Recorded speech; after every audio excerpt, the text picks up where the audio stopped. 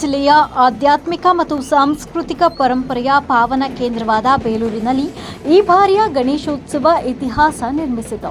ಕುವೆಂಪು ನಗರ ಬಡಾವಣೆಯ ಗೊಟ್ಟರಹಳ್ಳಿ ರಸ್ತೆಯಲ್ಲಿ ಸ್ಥಾಪಿಸಲ್ಪಟ್ಟಿದ್ದ 15 ಅಡಿ ಎತ್ತರದ ಮಹಾಬಲ ಗಣಪತಿ ಮೂರ್ತಿಯ ವಿಸರ್ಜನೆ ಭಕ್ತಿ, ಸಂಭ್ರಮ ಹಾಗೂ ಶಿಸ್ತು ಸಮನ್ವಯದ ಸಾಕ್ಷಿಯಾಯಿತು.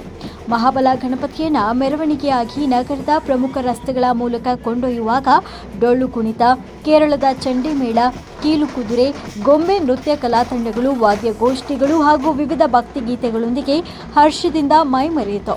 ಘೋಷಣೆಗಳೊಂದಿಗೆ ಸಾವಿರಾರು ಜನ ಭಕ್ತರು ಮೆರವಣಿಗೆಯಲ್ಲಿ ಪಾಲ್ಗೊಂಡಿದ್ದರು. ಬೇಲೂರು ಪೊಲೀಸ್ ಠಾಣೆಯ ವೃತ್ತ ನಿರೀಕ್ಷಕ ರೇವಣ್ಣ ಅವರ ಸಮ್ಮುಖದಲ್ಲಿ ಮೆರವಣಿಗೆಗೆ ಬಿಗಿ ಭದ್ರತೆ ಮಾಡಲಾಗಿತ್ತು. ಗಣಪತಿಯನ್ನ ಅದ್ದೂರಿ ಮೆರವಣಿಗೆ ನಡೆಸಿ ನಂತರ ನಗರದ ವಿಷ್ಣು ಸಮುದ್ರ ಕೆರೆಗೆ ಸಾಗಿಸಿ ಅಲ್ಲಿ ಸಾಂಪ್ರದಾಯಿಕ ಪೂಜೆ ವಿಧಿಗಳ ನಂತರ ಮೂರ್ತಿಯನ್ನ ಭಕ್ತಿ ಭಾವದಿಂದ ವಿಸರ್ಜಿಸಲಾಯಿತು.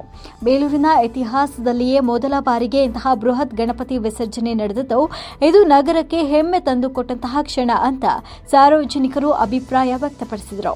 ಮಹಾಬಲ ಗಣಪತಿ ಸೇವಾ ಸಮಿತಿಯ ಸರ್ವ ಸದಸ್ಯರು, ಕರ್ನಾಟಕ ರಕ್ಷಣಾ ವೇದಿಕೆ ತಾಲೂಕು ಘಟಕದ ಅಧ್ಯಕ್ಷ ಭುಜೇಗೌಡ, ಮಹಾಬಲ ಸೇವಾ ಸಮಿತಿಯ ಗೆಳೆಯರ ಬಳಗದ ಸರ್ವ ಸದಸ್ಯರು ಹಾಗೂ ಸಹಸ್ರಾರು ಭಕ್ತರು ಹಾಜರಿದ್ದರು.